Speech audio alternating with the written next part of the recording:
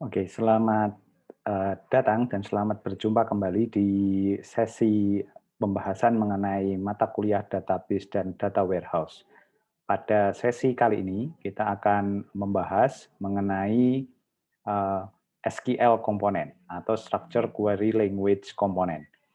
Nah, setelah kemarin kita memahami mengenai perintah-perintah dasar dalam database, dalam memanage database ya menggunakan aplikasi semacam aplikasi database MySQL atau PostgreSQL, Oracle dan lain sebagainya yang sebenarnya secara SQL itu mirip begitu ya perintahnya.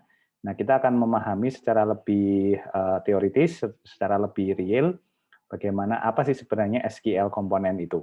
Dan SQL itu sebenarnya terbagi menjadi beberapa jenis ya untuk kemudian kita bisa memahami apa konteks dari structure query language. Nah, pada structure query language seperti kita ketahui bersama, ini merupakan komponen di mana bahasa relational database system itu bisa diterjemahkan dan juga bisa diinteraksikan dalam lingkungan aplikasi database management system.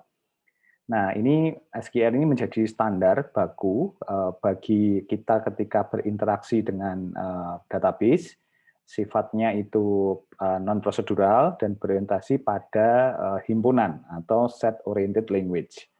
Dan SQL ini dapat nanti ya perintah-perintah SQL itu sendiri itu bisa ditaruh dan diletakkan dalam program atau aplikasi atau yang kita sebut sebagai source code dari aplikasi tertentu. Nah, sehingga secara logika SQL ini fungsinya nanti menjembatani antara perintah yang dijalankan pada aplikasi dengan perintah untuk melakukan atau memanipulasi ya tanda kutip data yang berasal dari dalam database. Nah, dalam konteks ini sebenarnya structure query language itu terdiri dari 3 jenis ya atau 3 komponen utama yang kemudian bisa disebut sebagai SQL. Yang pertama biasanya dikenal sebagai DDL, yang lebih dikenal sebagai Data Definition Language ya. Nah, kemudian yang kedua nanti ada Data Manipulation Language dan yang ketiga adalah Data Control Language. Nah, ketiga jenis komponen inilah yang ada dalam komponen komponen SQL. Nah, pada kesempatan kali ini kita akan coba mengenal apa saja yang ada dalam data definition language, apa yang ada dalam data manipulation language, dan apa yang ada dalam data control language. Apa tujuannya? Tujuannya adalah agar rekan-rekan yang mengikuti pembahasan materi ini mengetahui lebih detail ya bagaimana kita berinteraksi secara logika dengan database management system ya. Sehingga kita bisa memaksimalkan dan memanfaatkan potensi database itu menjadi lebih optimal dan dia tidak sekedar hanya menjadi tempat untuk untuk menyimpan data semata tetapi juga bisa dioptimalkan untuk menjalankan perintah-perintah tertentu yang kita butuhkan untuk mendukung operasional sistem informasi. Karena dalam beberapa konteks, database itu bisa melakukan proses tertentu yang kita butuhkan. Nah, sehingga pada konteks ini, kita akan sangat terbantu nanti dalam aplikasinya atau source code aplikasi itu cukup memerintahkan sesuatu, tetapi sisanya atau bagian proses datanya itu bisa diserahkan ke dalam database. Nah, ini menjadi nanti suatu kombinasi yang sempurna untuk kemudian mewujudkan suatu sistem informasi manajemen yang cukup bagus dan reliable dalam menjalankan proses-proses bisnis di suatu organisasi. Nah, ilustrasinya adalah nanti ya, suatu aplikasi itu nanti membuat interface antara manusia yang kita kemudian dikenal sebagai human interface untuk manusia itu bisa melakukan interaksi terhadap aplikasi. Nah, aplikasi nanti menerjemahkan ke dalam struktur tertentu untuk melakukan manipulasi atau processing data tertentu. Baik dari data input, kemudian menghitung atau mungkin menggabungkan dan lain sebagainya itu bisa bisa di manage atau bisa diakomodir oleh structure query language ini. Dan menariknya sebenarnya structure query language ini membuat kita menjadi memahami logika berpikir atau cara berpikir bagaimana data itu diproses dalam sebuah database. Nah, dalam konteks kita memahami ini, kita perlu mengetahui dulu apa sih sebenarnya yang ada dalam data definition language ya. Nah, dalam data definition language karena dia namanya sendiri adalah data definition language, berarti ini adalah yang digunakan untuk menyusun struktur dari database.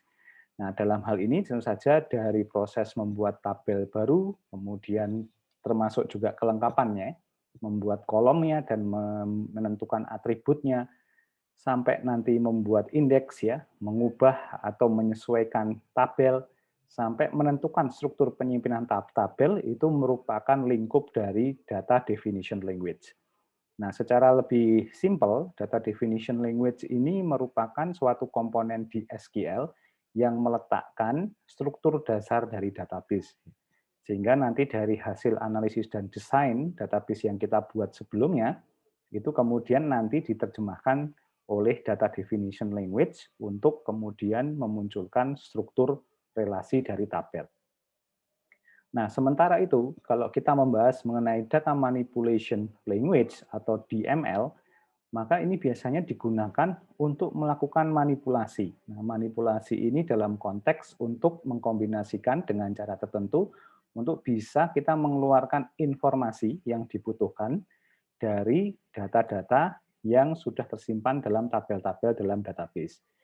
Mulai dari proses pengambilan data pada suatu basis data, kemudian menambahkan data baru, ya, atau kita sebut dengan insert, menghapus data, delete, kemudian mengubah data, itu bisa dilakukan oleh data manipulation language. Nah, hal ini tidak hanya terbatas ini saja, tetapi nanti kita bisa menselect data ya, yaitu dari satu tabel atau menselect data dari tabel yang berbanyak, lebih dari satu. Itu juga bisa dilakukan oleh data manipulation language. Pada perintah yang lain biasanya juga sampai kita bisa melakukan penghitungan matematis standar untuk melakukan hal tersebut. Nah, ini juga bisa nanti di-cover atau dilakukan dengan menggunakan data manipulation language. Kemudian ada juga nanti data control language atau DCL. Nah, ini terdiri dari sekelompok perintah SQL yang digunakan untuk memberikan hak akses dari otoritas user terhadap database. Seperti kita ketahui, database ini seperti tempat-tempat penyimpanan data, sehingga nanti kita bisa memberikan hak akses kepada user tertentu untuk mengelola database secara keseluruhan, atau memilihkan tabel-tabel mana yang boleh diakses oleh user tertentu. Nah, ini juga menjadi titik penting atau komponen penting dalam database ketika dia menyediakan platform untuk mengamankan datanya. Sehingga kalau kita kembali ke pertemuan yang awal ketika membahas apa pentingnya database, salah satunya adalah digunakan untuk mengamankan data. Nah, karena apa? Karena di dalam database ini punya komponen yang bisa memberikan hak akses sesuai dengan keperluannya. Nah, ini yang menjadi salah satu advantages ya atau keunggulan dari kalau kita menggunakan database. Nah, kalau kita bicara sedikit mengenai SQL structure, maka hierarki atau struktur dari structure query language atau kemudian yang kita kenal dengan SQL itu memang terdiri dari 3 ini ya. Jadi yang pertama adalah definition, yang kemudian tadi disebut sebagai DDL. Ini perintah-perintahnya adalah biasanya create, drop, dan alter gitu ya. Jadi create ini untuk membuat tabel gitu ya. Kemudian kalau drop ini untuk menghapus, kalau alter ini digunakan untuk mengubah begitu. Nah, kemudian kalau DML ini adalah digunakan untuk fungsi-fungsi manipulation dari melakukan select gitu ya, kemudian insert, update sampai delete dari row-row data yang ada dalam tabel. Nah, kalau kontrol itu punya 2, yaitu grant dan revoke. Ya, grant itu berarti memberikan hak akses, jadi kayak gitu. Nah, ini yang menarik. Sehingga dalam titik tertentu nanti ketika kita memiliki satu database atau single database, sebenarnya itu nanti bisa diakses atau diberikan hak aksesnya kepada multiple user. Nah, sehingga bisa user secara beramai-ramai atau secara paralel bisa mengakses tabel-tabel dalam database secara bersamaan. Nah, sehingga memang dalam konteks yang lebih besar, database itu cukup satu ya dalam organisasi. Kalau sudah strukturnya sudah lengkap, mengcover semua hal, nah nanti tinggal diberikan akses kepada aplikasi-aplikasi atau user-user tertentu yang memang membutuhkan akses tersebut. Nah, ini yang nanti menjadi dasar bagaimana database itu menjadi bermanfaat lebih begitu ya. Nah, mari kita pelajarin sama-sama bagaimana operasi atau penjelasan mengenai masing-masing dari database ini. Nah, dalam data definition language, seperti yang pernah kita contohkan sebelumnya, nah, kita bisa melakukan create table. Ya, ini fungsinya untuk membuat table. Nah, biasanya di dalam SQL ini ada sintaks ya, atau perintah yang kemudian itu menjadi perintah untuk mengeksekusi suatu permintaan tertentu. Jadi kalau di data definition language kita bisa lihat dari create table, ini fungsinya untuk membuat table. Nah, ini sudah familiar untuk bisa dikerjakan. Kemudian kita memasukkan kolom-kolom yang terlibat dan spesifikasi dari data atribut dan spesifikasi batasannya, constraint-nya, sampai nanti menentukan primary key-nya. Jadi semacam itu. Nah, dalam konteks ini kita bisa lihat bahwa ketika kita membuat atau meng-create suatu table, maka kita harus mengimplementasikan secara lengkap semua desain database dari atribut, kolom, dan juga constraint yang ada dalam analisis desain database yang sudah kita lakukan sebelumnya.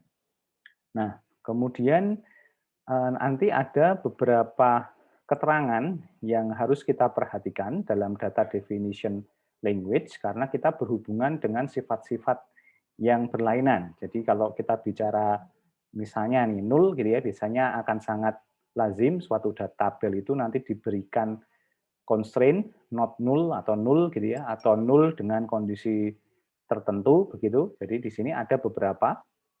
Jadi kalau null itu ada 3 jenis null ya. Jadi null itu pertama ya null sendiri ini dapat diinterpretasikan sebagai nilai yang tidak diketahui atau tidak tersedia suatu nilai. Tapi null ini bukan berarti kosong atau blank ya, tapi null itu ya ada isinya tapi tidak diketahui atau nilainya. Jadi semacam itu. Sementara kalau not null ini adalah ada constraint atau ada aturan di mana kita harus memberikan nilai pada saat memasukkan record ya. Jadi tidak boleh ada suatu situasi kolom itu atau atribut itu tidak diisi. Nah, gitu. Nah, ada juga nanti not null with default. Nah, ini berarti yang nanti user mengisi, kalau mengisi maka ketika insert row atau insert data, maka yang akan diisi adalah sesuai yang diisikan oleh user. Kalau user tidak mengisi, maka yang dimasukkan adalah nilai yang telah kita tentukan sebelumnya. Nah, jadi nanti ada nilai default yang sudah kita isikan. Jadi misalnya gitu. Nah, ini biasanya nanti default-nya nanti ditentukan di awal. Nah, ini menjadi salah satu yang harus kita perhatikan karena pada titik tertentu database dengan parameter-parameter semacam ini memudahkan kita untuk memastikan bahwa isian dari database itu cukup baik ya untuk kemudian kita gunakan. Nah, kemudian yang berikutnya adalah nilai default-nya ini bisa bermacam-macam ya. Jadi gitu ya. Jadi kita bisa isikan nilai default itu berupa numerik atau angka ya, atau bisa juga karakter gitu ya, atau bisa juga menggunakan parameter current date gitu ya untuk tipe date, current time untuk tipe time. Jadi bisa kita gunakan begitu.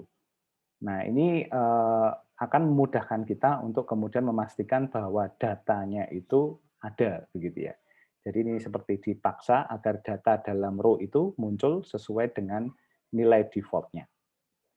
Nah, bisa juga nanti masih dalam fungsi data manipulation language kita menggunakan create view ya. Jadi ini selain meng-create table itu bisa kita buat menjadi table view ya.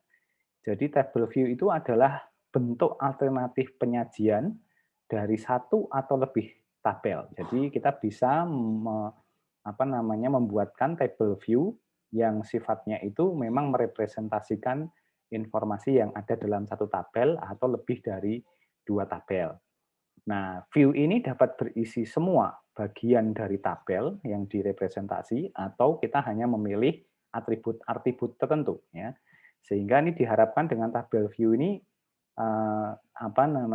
pengguna yang mengakses data ke dalam database tidak langsung mengakses tabel aslinya. Jadi gitu. Jadi dibikinkan tabel mirror atau tabel dummy gitu ya istilahnya, atau tabel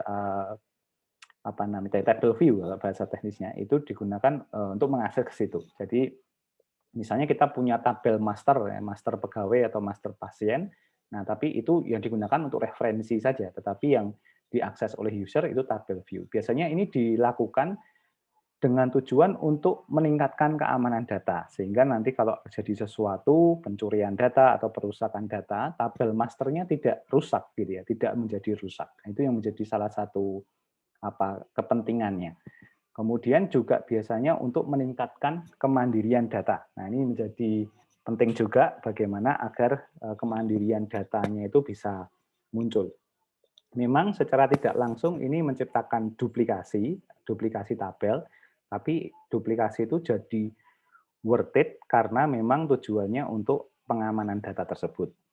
Dan ini juga bisa membantu dalam konteks penyederhanaan ya bagi pengguna akhir yang kemudian tidak perlu harus mengakses sedemikian banyak nama kolom begitu ya. Jadi hanya kolom-kolom tertentu saja yang perlu ditampilkan. Nah, tabel view ini biasanya prakteknya digunakan untuk misalnya menjembatani sebelum kita membuat report gitu ya. Kalau kita mengakses langsung ke tabelnya, kalau datanya udah banyak, itu konsekuensinya nanti prosesnya lama. Jadi agak sulit gitu ya. Jadi nanti loadingnya lama, tidak tampil-tampil, nanti sehingga user merasa ada error begitu. Nah, biasanya untuk memudahkan dibuat tabel view untuk mempercepat query data menghasilkan laporan. Jadi sudah dicicil dulu bahasa kita gitu. Dan biasanya tabel view ini bentuknya sudah seperti format-format report yang kita butuhkan untuk operasional sistem informasi. Nah, kayak gitu. Jadi ini yang salah satu yang menjadi kelebihan dari database. Dan ini memang sering digunakan untuk memudahkan proses reporting. Nah, dalam konteks kita membuat view ini sebenarnya kita harus memahami bahwa tabel view itu memang tidak boleh ada tanda tambahan yang ditambahkan. Jadi tidak seperti kita membuat tabel baru gitu ya, kolomnya kemudian baru, atributnya baru. Ini pure mengandalkan data yang ada saja dan kemudian diagregat ke dalam tabel view. Nah, biasanya mencakup subset kolom atau baris ya. Kemudian berisikan data dari beberapa tabel, kita pengen gabungin tabel begitu, dan lainnya. Dan kemudian ini view juga dapat berisi tidak hanya menampilkan nilai atau nilai atribut dari tabel aslinya, tetapi juga perhitungan. Jadi misalnya saya ambil rata-rata dari tabel tersebut, itu bisa. Sehingga kita bisa mempercepat proses-proses query datanya. Nah, ini menjadi penting ya. Jadi kita bisa membuat create view, kemudian kita kasih nama. Jadi sama seperti kita kasih nama tabel, tapi ini nama view name. Dan kemudian kita sebutkan kolomnya dari mana saja. Dan jangan lupa juga kita harus menyebutkan dari mana sumber kolom itu, dari tabel mana. Jadi itu akan menjadi poin tersendiri. Nah, ini menjadi penting ya. Jadi biasanya ada beberapa sintaknya itu, ada beberapa jenis. Jadi ada view name, ini nama view yang akan dibuat. Ini kolom ini adalah nama atribut untuk view-nya, untuk gitu. Kemudian nanti ada statement, ini adalah atribut yang dipilih dari tabel asalnya. Dan kemudian nama tabel adalah nama tabel fisik yang dipanggil. Jadi misalnya seperti ini kita bisa melihat logika, berarti create view v person, berarti ini adalah tabel view-nya, v persons, isinya adalah kolom reg number atau register number dan name. Tetapi ini diambil reg number dan name ini diambil dari tabel personel ya, jadi semacam itu. Nah, ini yang membedakan tabel view. Jadi mungkin di dalam tabel personel ini kolomnya tidak hanya dua, tidak hanya rek number dan nama, tapi juga ada date of birth dan lain sebagainya. Jadi ilustrasinya semacam itu. Nah, ini kita bisa buat untuk memudahkan tadi report ya, atau mempermudah atau mempercepat query. Jadi kita nggak perlu lagi mengakses ke dalam tabelnya. Nah, kemudian yang ketiga juga kita bisa meng-create index ya, atau membuat indeks. Nah, indeks ini simple, tapi indeks ini menjadi penting karena fungsinya adalah memungkinkan suatu tabel ini diakses dengan urutan tertentu tanpa harus merubah urutan fisik dari datanya. Nah, dan ini yang paling penting sebenarnya, dapat diakses secara cepat melalui indeks yang dibuat berdasarkan nilai field tertentu. Jadi ini sebenarnya digunakan untuk keperluan mempercepat proses query. Jadi memang secara logika atau secara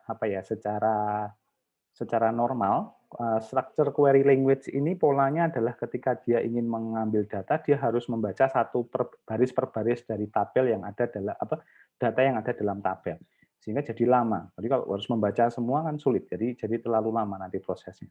Maka di sini nanti dibuat indeks. Nah, indeks ini seperti memberikan tanda atau sign gitu ya, setiap row tertentu, sehingga nanti kita tinggal mencari. Nah, ini tujuannya untuk meningkatkan performa dari database agar proses query-nya menjadi lebih cepat. Dalam konteks ini kita melakukan create unique index ya. Nah, jadi kita membuat create unique index, dikasih nama index name-nya. Kemudian kita implementasikan ke dalam tabel mana dengan kolom mana. Jadi semacam itu. Jadi di sini kita bisa lihat bahwa create unique index ini berarti kita membuat indeks ya, indeks table namanya Pearson IDX gitu ya. Nah, ini kemudian sebenarnya ini diambil dari atau diimplementasikan untuk personel, tabel personel yang kemudian kolom yang digunakan untuk diindeks itu adalah tag number. Jadi semacam itu. Nah, ini yang kemudian menjadi akan nanti ketika misalnya datanya ada lebih dari misalnya beratus-ratus row gitu, itu akan memudahkan dalam proses query atau pemanggilan data. Nah, kemudian berikutnya ada juga fungsi drop table. Nah, drop table ini menghapus table. Jadi table-table yang tidak diperlukan kita bisa hapus. Konsekuensinya memang ya dihapus semuanya ya, dihapus tabel dan struktur dan termasuk atribut-atribut yang ada di dalamnya. Jadi semua record akan hilang, indeks view tabelnya juga akan hilang, dan deskripsi tabelnya juga akan hilang. Nah, ini juga harus waspada gitu ya. Dan yang lebih berbahaya nanti misalnya ada relasi yang kemudian tidak berjalan karena satu tabel itu menghilang begitu. Jadi ini yang harus kita waspadai juga. Jadi ini untuk menggunakan fungsi drop table ini harus berpikir 1, 2, 3 kali ya dengan memperhatikan benar apakah itu diperlukan atau tidak. Nah, kemudian juga sama, nanti juga hal itu berlaku untuk drop view. Nah, ini menghapus table view tadi. Nah, jadi sama drop view. Nah, kemudian view name-nya diambil atau untuk dihilangkan. Kalau drop index ini menghapus indeks. Sama, jadi gitu ya, untuk tabel indeksnya. Kalau menurut saya yang drop view dan drop index ini jauh lebih mending karena yang dihapuskan view dan indeksnya, tapi tabel aslinya nggak hilang. Tapi kalau drop table ini, nah ini adalah yang hilang adalah tabelnya, jadi cukup berbahaya gitu ya. Nah, kemudian ada juga nanti alter. Ya. Alter ini fungsinya cukup banyak. Dia bisa merubah atribut pada tabel. Ini biasa kalau misalnya kita sudah membuat tabel, kemudian dalam perjalanan kita merasa tabel kita perlu disesuaikan atau diperbaiki atributnya. Nah, ini bisa kita memanggil, jadi kita tidak perlu harus membuat tabel baru, tapi cukup menyesuaikan. Jadi perintahnya simpel sekali, kita panggil dulu dengan artel table, nanti tabel name-nya kita ambil, kemudian kita tentukan yang mau kita modifikasi apa, nama kolom dan tipe kolomnya ditentukan, dan kemudian apa yang di-add, apa yang di-drop, jadi semacam itu. Nah, ini nanti akan semacam itu ya. Nah, ini biasanya digunakan untuk istilahnya menambah kolom gitu ya, karena memang kelupaan gitu, itu sangat wajar dan sebenarnya tidak ada masalah, meskipun dalam level tertentu ya sebisa mungkin tidak dilakukan ya begitu ya, sehingga analisis dan desainnya harus confirm dari awal begitu. Nah, kemudian itu yang digunakan oleh tadi ya data definition language ya. Nah, kemudian kalau yang di data manipulation language, konsentrasinya lebih fokus pada data. Jadi permainan di datanya atau di proses datanya. Jadi maka di situ ada fungsi insert ya. Ini menambahkan baris atau record baru, data baru. Nah, ini simpelnya adalah kita insert to, kemudian kita tujukan pada tabel tertentu, kolomnya apa, bisa satu kolom atau multiple kolom, dan kemudian di state value-nya apa, atau isi datanya apa. Nah, gitu ya. Jadi ini misalnya kita juga punya banyak data, daripada kita memasukkan satu persatu melalui sistem informasi cukup lama, itu biasanya bisa dimasukkan melalui belakang, melalui database. Nah, itu biasa nanti seorang database administrator atau engineer itu punya privilege semacam itu, sehingga memudahkan misalnya memasukkan data-data yang sifatnya data-data yang cukup banyak jumlahnya. Itu juga bisa mempercepat proses itu. Kemudian kita juga bisa melakukan update ya. Update ini merubah record, jadi recordnya diubah. Sama, simple. Ini sintaksnya hanya menggunakan update, kemudian menyebutkan tabel name-nya, kemudian nanti di set field-nya apa, kemudian kondisinya apa. Jadi ini juga menjadi memudahkan kita untuk bermain operasional di datanya. Kemudian delete itu juga masuk dalam data manipulation language, ini menghapus record ya gitu. Jadi tabelnya tetap tapi recordnya yang berubah atau hilang. Nah, kemudian juga ada fungsi select ya. Fungsi select ini untuk menampilkan record. Jadi nah, select ini ada beberapa keistimewaan ya. Jadi kita bisa men-select itu dengan atribut-atribut khusus. Jadi kalau biasanya kayak kemarin kita contohkan select all itu menggunakan bintang, itu kemudian kita bisa langsung from tabel name gitu ya, itu akan keluar semua. Tapi sebenarnya kita bisa main spesifik di situ. Ada beberapa perintah yang cukup umum yang bisa dipakai. Contoh di sini ada select menggunakan distinct, ya, distinct berarti sesuatu yang berbeda. Kemudian kita sebutkan kolom name-nya, ini ya. Kemudian from tabel mana. Kemudian juga ada where-nya. Nah, ini where ini adalah semacam prasyarat untuk kondisional tertentu. Jadi bisa kita sebutkan where mana, atau bisa juga group by, itu di group oleh dengan parameter tertentu, atau having tertentu. Having itu berarti di dalam konten datanya itu misalnya ada atribut khusus yang kita cari misalnya. Jadi mengandung kata A, begitu bisa having E gitu nanti akan keluar semua. Atau order by, ini diurutkan. Jadi bisa diurutkan begitu ya. Jadi semacam itu. Nah, ini perintah-perintah yang sangat-sangat umum gitu ya. Jadi apa namanya? Bisa kita lakukan ya. Ini contoh aja. Nah, ini ketika kita membuat dan lain sebagainya. Nah, kemudian ketika kita membuat view juga sama. Nah, kemudian kalau misalnya kita ingin menggunakan data manipulation language, kita bisa melakukan record semacam ini. Jadi insert into S, S ini berarti tabelnya, value-nya adalah S1, kemudian kolom kedua, kolom ketiga, kolom keempat, begitu ya. Nah, kemudian kita akan punya tabel semacam ini, ada tabel S, kemudian ada tabel P, ada tabel SP. Nah, tabel SP ini merupakan tabel view ya, karena kita mengambil kolom SN, kemudian PN ya, kemudian dengan quantity ya. Quantity-nya apa namanya? Misalnya berasal dari suatu jenis transaksi tertentu. Jadi semacam itu.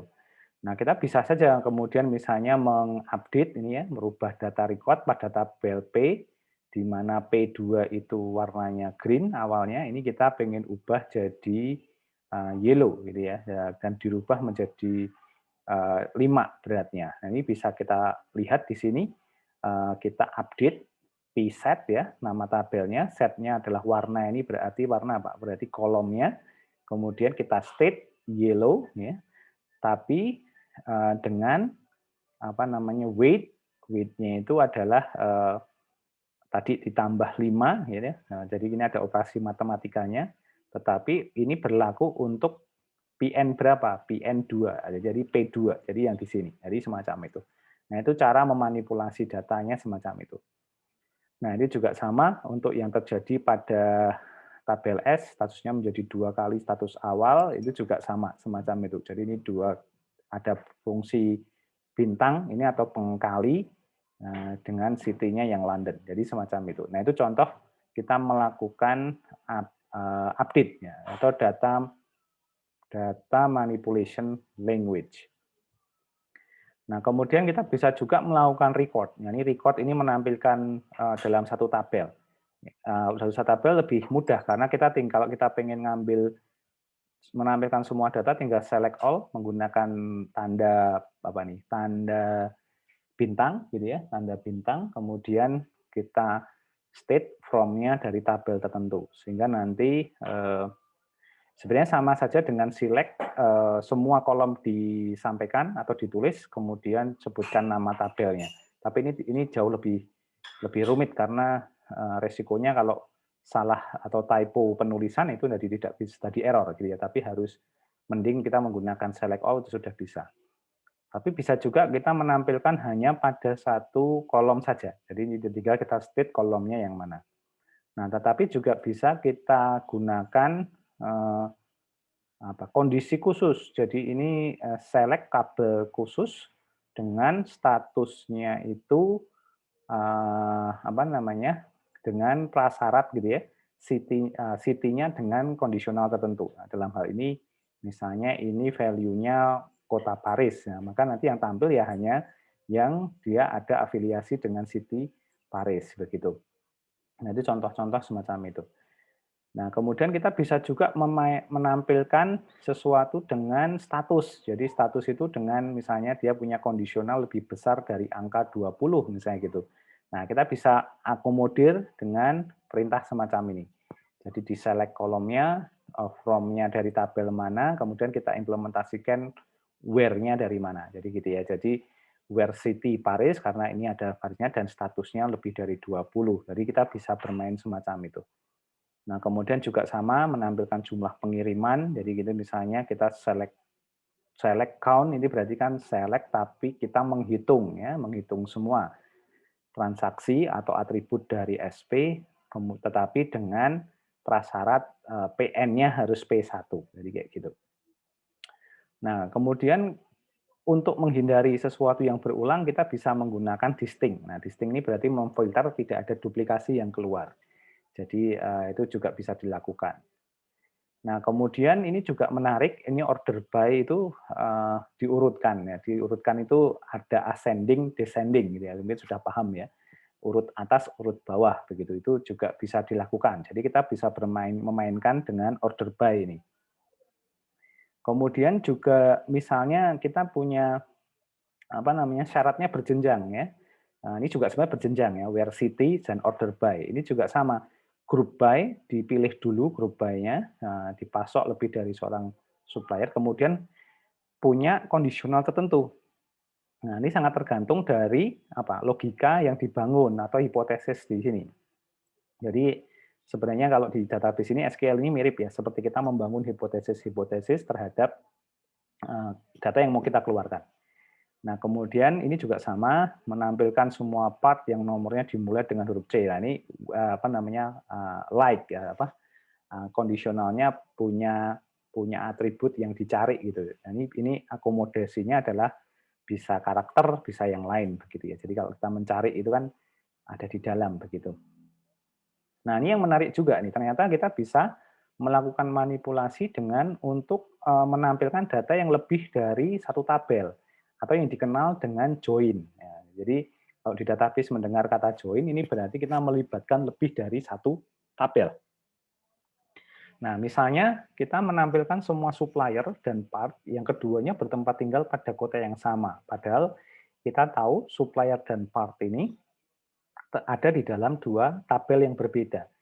Nah, di sini maka kita bisa melakukan. Jadi kita tinggal select ya nama-nama dari dari kolom yang ingin kita panggil dari dua tabel atau tiga, kemudian kita state from S dan P. Nah, dua tabel dilibatkan. Tetapi mungkin kita bisa tentukan apa yang menjadi pembedanya, misalnya gitu. Dan coba dilihat bahwa kita ingin memperlihatkan antara dua tabel itu ada atribut yang sama, yaitu apa? Kolom yang sama, yaitu S titik city P titik city. Ini bermakna berarti city yang di sini itu berasal dari tabel supplier, city yang di sini itu berasal dari tabel kedua, yaitu part tadi. Nah, sehingga terkoneksi. Nah, jadi ada dua hal yang menjadi variabel yang harus diperhatikan. Jadi variabel tiga ya, variabel kolom yang akan ditampilkan, kemudian variabel sumber dari tabelnya, dan yang terakhir adalah apa yang menjadi penyamanya. Jadi harus berhubungan. Kalau kita mau menggabungkan dua tabel tanpa ada yang menggabungkan, yang nanti tampil semua gitu ya. Mungkin nggak bisa gabung begitu. Nah, kemudian juga sama nanti misalnya menampilkan nama supplier yang memasok barang dengan nomor part P2. Jadi ada kekhasan ya yang kita tampilkan hanya P2 saja. Jadi ya sama, kita tinggal select as name, supplier name-nya dari apa namanya, dari tabel supplier dan supplier part gitu ya. Kemudian kita harus menunjukkan bahwa yang kita cari itu ada yang sama di antara tabel supplier name di tabel S dengan tabel di SP yang SN juga. Nah, kemudian tapi ada tanda khusus yaitu yang P2. Jadi gitu. Jadi karena nomor partnya yang dicari yang P2. Jadi semacam itu. Nah, bisa juga nanti yang misalnya nih menarik ini ya, sampai ada color segala macam. Jadi bisa dimainkan dengan sangat-sangat logikanya bisa diwujudkan dengan rules permainan variabel yang bervariatif. Dan ini bisa sangat panjang tergantung dari ini, dari hipotesis atau asumsi query yang dibangun begitu ya. Nah, ini juga sama. Nanti sehingga ini akan muncul ya, ini menampilkan record lebih dari satu tabel atau select bertingkat. Nah, ini juga menarik nih select bertingkat. Nah, ini select bertingkat ini kita bisa memainkan select double gitu kalau bahasa saya ya. Namanya select bertingkat. Nah, kalau tadi kan ini select tapi lebih dari satu tabel. Kalau ini lebih bertingkat. Jadi misalnya menampilkan nama supplier yang memasok barang dengan nomor part P2. Jadi kita bisa mengambil sebenarnya pertama select supplier name dari tabel S, kemudian di mana ada bentuk ya, ada bentuk bahwa SN-nya itu IN gitu. Nah, kemudian ketika sudah ada SN ini, kemudian kita select lagi ya, dengan tanda kurung buka kurung tutup, select SN. Ini SN ini sebenarnya sama dengan ini, tetapi dari SP, tetapi ketika PN-nya itu P2. Jadi bertingkat begitu. Jadi kayak kita filter bertahap gitu ya. Nah, ini juga bisa dilakukan. Jadi ini ada apa namanya? Perintah tambahan di sini namanya in gitu ya. Sebenarnya bisa juga kita lakukan dengan perintah any ya. Any ini juga sama. Jadi semacam itu. Dan ini bisa berjenjang sekali. Coba teman-teman, jadi ini nama supplier yang memasok part berwarna merah. Jadi kita bisa kayak mengurut ya. Untuk menampilkan data itu berjenjang mengikuti jenjang dari tabel yang kita libatkan dalam query. Jadi ini yang memungkinkan tabel-tabel dalam database itu kemudian sangat bisa dikombinasikan satu sama lain menyesuaikan dengan kebutuhan dari tadi keluarnya atau report report yang ingin kita tampilkan. Nah, ini bisa juga nanti macam-macam, kita bisa mengkombinasikan dengan menggunakan fungsi atau aturan main matematis gitu ya, dengan nilai status lebih kecil dari nilai maksimum, misalnya semacam itu. Nah, ini bisa kita lakukan. Ini juga implementasi pada berjenjang, select berjenjang gitu ya. Jadi kita menggunakan asumsi bahwa lebih besar daripada yang kita select dulu yang nilai maksimumnya berapa begitu. Dan lain sebagainya. Dan ini sehingga kita hanya akhirnya bermain logika query language-nya ya. Nah, ini menampilkan nama supplier yang tidak memasok barang dengan nomor part P2. Ini juga sama. Jadi kita select as name from tabel S where ini ada juga nih menarik nih, not in. Jadi kan dikecualikan. Jadi semacam itu. Nah, kemudian kalau yang sama lokasinya ya tinggal kita gunakan dengan tanda sama dengan. Jadi ini cukup menarik ya sebenarnya. Nah, nanti pada titik tertentu ini bisa variatif sekali dan itu yang menjadi bagian penting ya dari skill seorang database administrator untuk menerjemahkannya ke sana. Sehingga ketika nanti seorang database analyst dihadapkan dengan banyak sekali tabel, sebenarnya tidak terlalu bermasalah karena sebenarnya kita bisa manipulasinya dengan menerapkan atau mengimplementasikan berbagai macam strategi query ini tadi, jadi semacam itu. Nah, di sini juga bisa melakukan fungsi perhitungan ya, jadi dari count ya, kemudian sum gitu ya. Kalau count jelas ya menghitung gitu. Kalau sum berarti kan menjumlah, average ini nilai rata-rata, nah, max itu mencari nilai terbesar, kemudian min itu nanti juga nilai terkecil gitu ya. Jadi semacam itu. Jadi ya menghitung jumlah supplier ya tinggal jumlah select count saja begitu. Kemudian menampilkan nomor part ya berarti kita tinggal select part number-nya, kemudian kita kasih sum ya dengan quantity tertentu dari tabel mana dan kemudian kita group by ya. Jadi kita urutkan. Jadi semacam itu. Jadi ini juga nanti bisa melakukan perhitungan tertentu. Jadi fungsi-fungsi matematik ya itu bisa dikerjakan oleh database. Kemudian juga sama, ini menampilkan jumlah. Jadi kita select plus menghitung gitu ya. Jadi menampilkan jumlah pengiriman barang dengan nomor P4 dan dipasok oleh supplier 1. Ini kan syaratnya banyak nih ya. Syaratnya P4 dan S1 gitu ya. Tapi dari mana gitu. Jadi ya itu harus kita perhatikan. Kemudian menampilkan nomor part dalam total kuantitas dari masing-masing part. Nah, ini juga sama. Jadi semacam itu. Jadi ini kita harus menerjemahkannya dalam bahasa query tadi.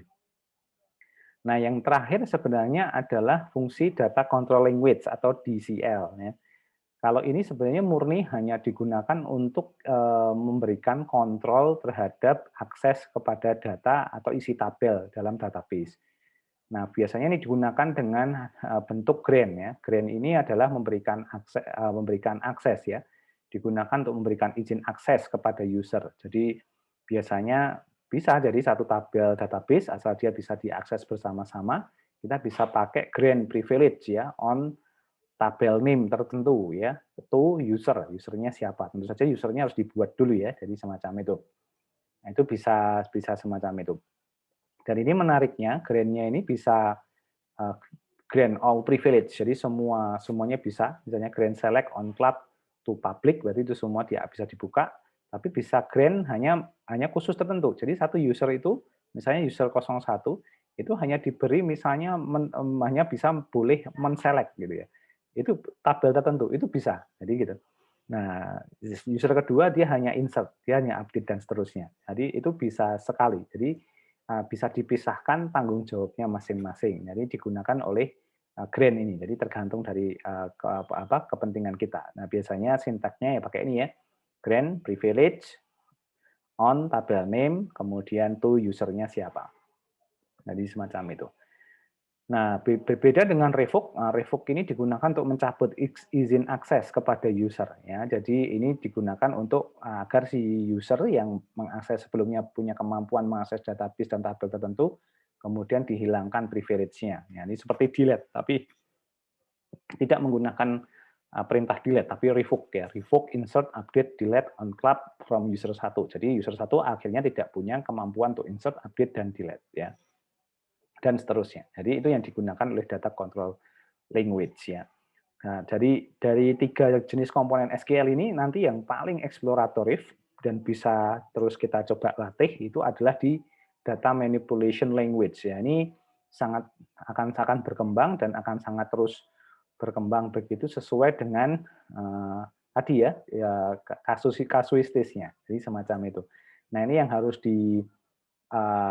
dipahami oleh rekan-rekan ketika nanti istilahnya itu melakukan proses-proses query ya gitu ya. Cukup banyak nanti tutorial atau jenis panduan itu yang ada di internet untuk mempelajari ini, tapi moga-moga dari pengantar ini itu kemudian rekan-rekan bisa memahami dahulu ya bagaimana konteks kita menggunakan SQL. Jadi ya kalau kita bicara berarti kalau kita sudah punya hasil analisis dan desain dari database, maka itu kemudian diterjemahkan dulu dalam bentuk data definition language untuk membentuk struktur database-nya. Kemudian baru kita bisa bermain dengan data manipulation language gitu ya. Jadi semacam itu. Dan nanti terakhir kita memberikan hak akses kepada orang lain menggunakan data control language.